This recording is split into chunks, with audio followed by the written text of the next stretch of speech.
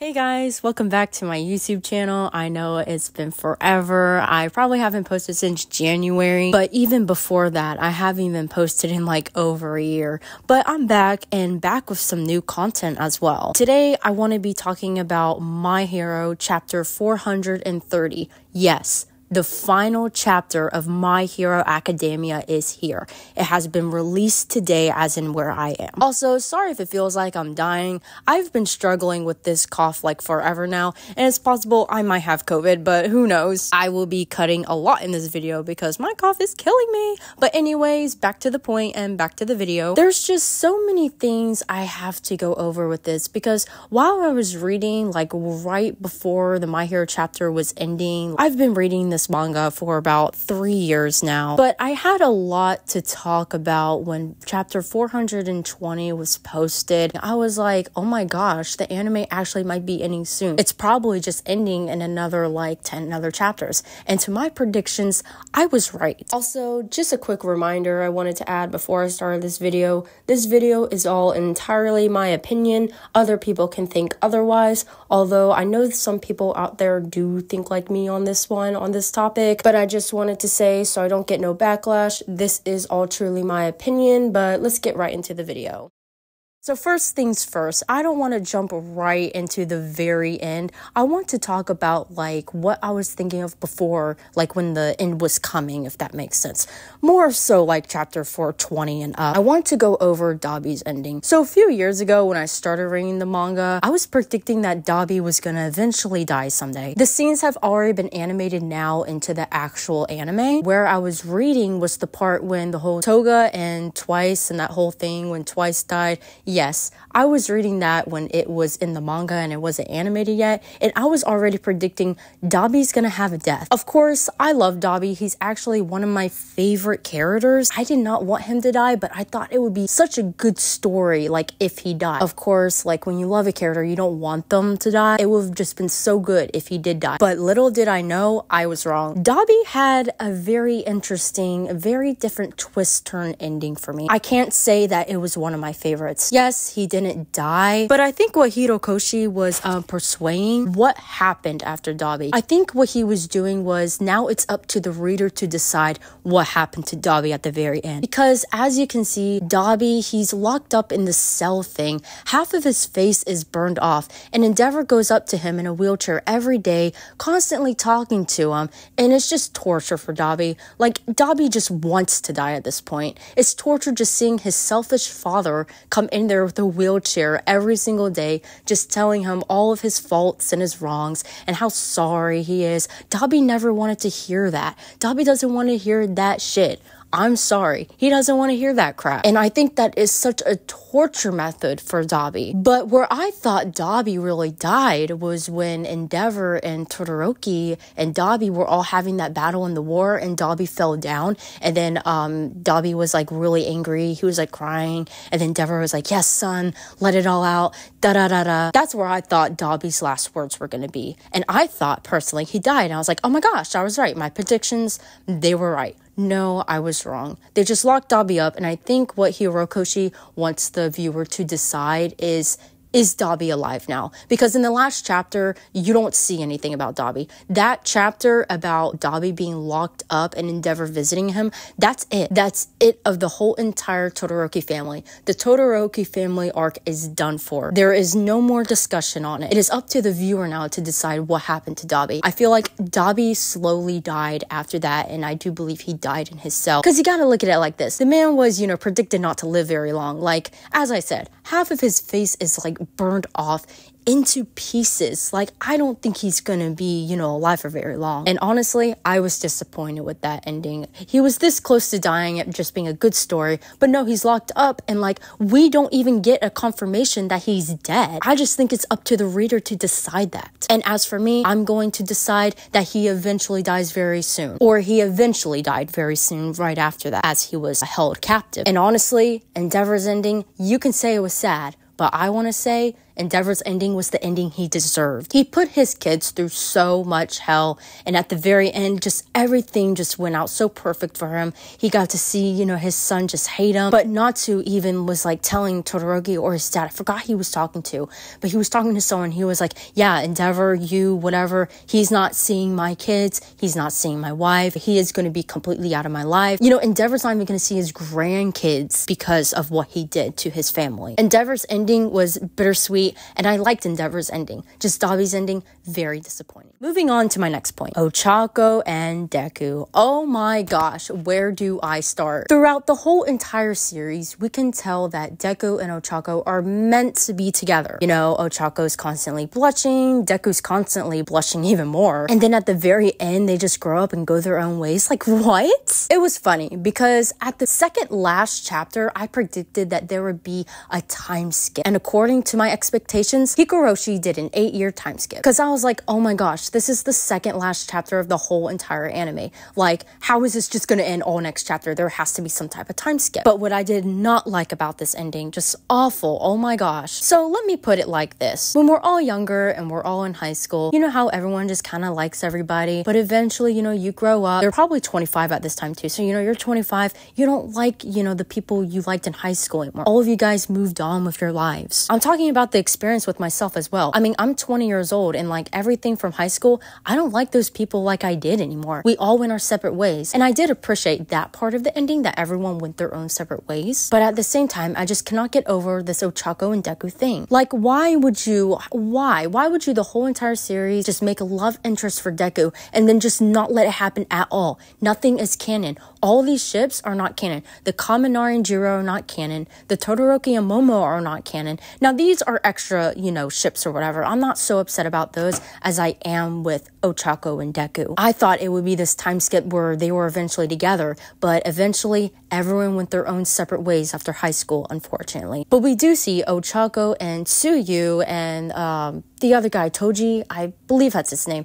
Hope I'm not mixing it up with the Jujutsu Kaisen character, but he's really tall, he's got the hair, muscles, weird looking face, a mutant, and I believe Ida is with them as well, and they're all doing things like this course or something. This brings me back to what happened with the Toga and the Ochako incident. Just that fight impacted her so much that's what she persuaded more into her career after she graduated being a hero. I feel like that's what caused Deku and Ochako not being together. She just wanted to focus more on what she was doing for like around the world, like the center thing, to help other students so they didn't have to go through what Toga went through, and that meant a lot to her, and that's what she's pursuing. And then she just totally left Deku in the dust. I don't want anything to do with him anymore because I'm doing my own thing. And then congrats on Deku, he became a teacher, he's now quirkless. I really like that because the story started out with him quirkless and it ended him with being quirkless, because in the beginning of the anime it says, this is the story of how I became the greatest hero,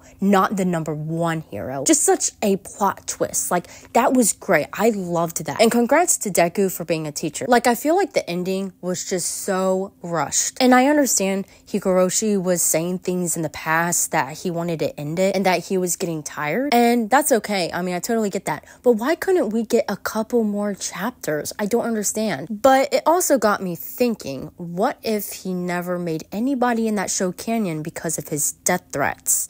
Yes, I know this sounds crazy, but you have to hear me out. Higoroshi, for years, has been getting death threats from people who are obsessed with Karibaku and all these other, crazy ships that obviously do not belong together. Example, like Baku Deku, when obviously it's supposed to be Ochako and Deku. Like, that is how the story is intended to be. And I guess it actually scared Higoroshi off, and he didn't want to make anything canon. So now the ships are open. And I know it's kind of crazy to say. You can obviously, but Higoroshi didn't want them to be together. He wanted them to go their own separate ways. Everyone grew up. People grew out of high school. People grew out of the people they like. I get that. I understand that. But why would you, for the whole show, just hint at it? Yes, that's Deku's love right there. That is his love interest. I mean, heck, he could have played a Naruto Shippuden on us. Last episode, they got married or something. Like when Naruto married Hinata, and you're like, whoa, why? This is so rushed, da-da-da-da. Like, what the heck happened? There's no context. At least give us something like that. I mean, the guy was a really big fan of Naruto anyway, which inspired him to write My Hero Academia, actually. But I understand he is a different writer or whatnot,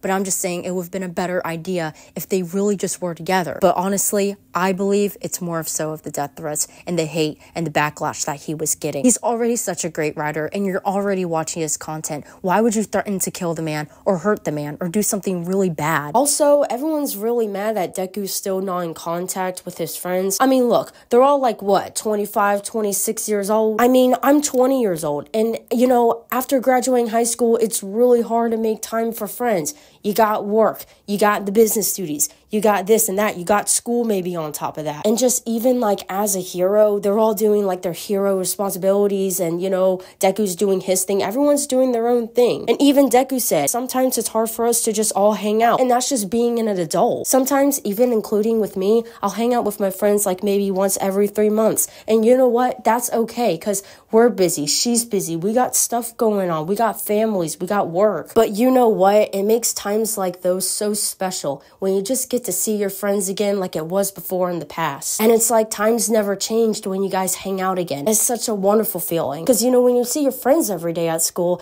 you know, you don't realize, but you take those times for granted. Because there's going to be a day where you guys will not be able to hang out like you are. And even Deku's trying to get to that as well. He says he's always trying to find some time to hang out with all the friends from the past in the school. But, you know, everyone's a hero now. So y'all, you gotta stop being mad about them not hanging out like they used to. And Hikaroshi was saying, I heard, that he wanted to start a new anime. Yes, and it's not going to be anything like My Hero Academia, not even in the same universe. He just wants to do something totally different. Anyway, none of the ships happened.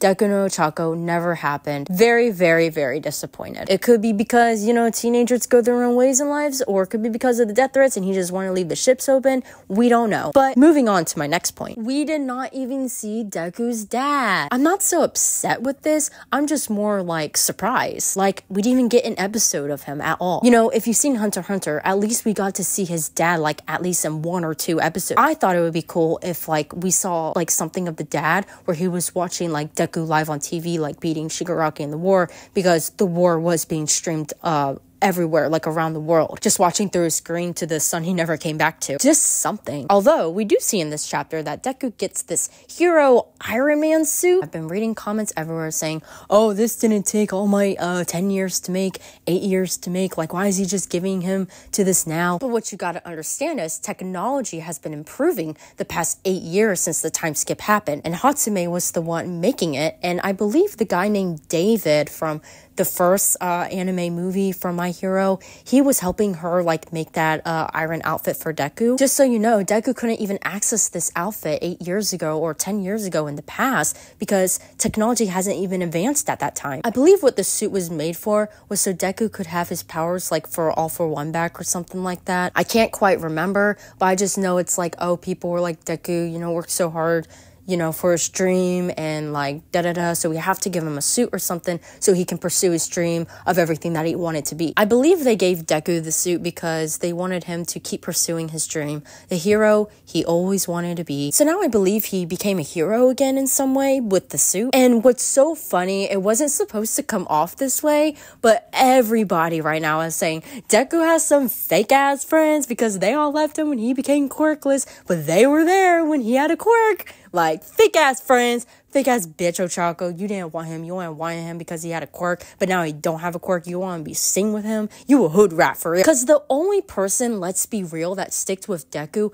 was Bakugo. And Bakugo was the one who hated him the most in the beginning, and he's the only one still standing with him. And you know, All Might and Deku, they're vibing because they're both quirkless. Like, I thought Deku would become the #1 hero, but again, we did have that plot twist where he was saying like he became the world's greatest hero. Because at least I thought Bakugo would be 2nd place or #1. You know, like if Deku can't be up there, make Bakugo #1. That's what I thought it was going to be. And what's crazy is the last chapter was talking about how heroes weren't needed as much anymore because less villains were appearing since that ever happened. So now heroes are like overpopulating the planet, and heroes are not as needed as much anymore because there aren't very much villains. You can put it like the world is becoming a better place. And yes, I know Hikaroshi has made a bunch of sequels of My Hero Academia. It's possible that there could be more information like in a spinoff or something. And another thing about all of this, the manga is nothing compared to the anime. Like, the gore is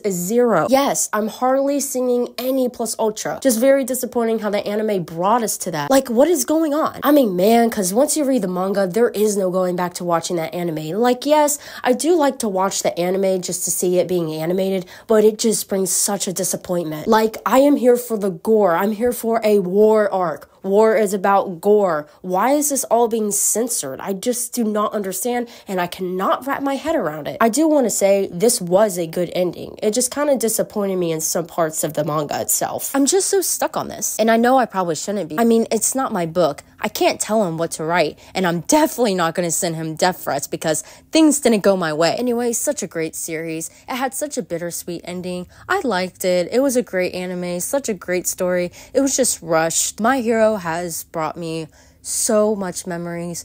Definitely such a great shonen anime. So thank you so much, Hikaroshi, for all the great memories and such a great storyline. Okay, guys, this is the end of the video. Thank you so much for watching. And if you're new here, don't forget to hit subscribe because I'm going to be coming out with more content like this. And with that being said, have a great night and rest of your day wherever you are. Bye!